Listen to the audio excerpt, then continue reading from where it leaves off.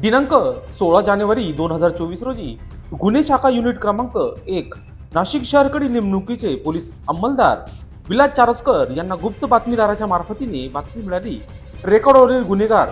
मोहम्मद अनवर सय्यद हा गुमशा बाबा दर्गा भद्रकाली नाशिक येथे गावठी बनावटीचे पिस्तूल व जिवंत काडतुसे असे विक्री करण्यासाठी येणार असल्याची खात्रीशीर बातमी मिळाली होती. सदरची माहिती पोलीस अंमलदार विलास चारोस्कर यांनी वरिष्ठ पोलीस निरीक्षक विजय ढमाळे यांना कळवून त्यांच्या मार्गदर्शनाखाली पोलीस उपनिरीक्षक चेतन श्रीवंत, प्रदीप मस्ते, मिलिंद सिंग परदेशी, विलास चारोस्कर,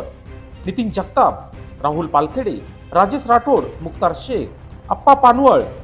अमोल कोष्टी असे पथक रवाना झाले. सदर पथकाने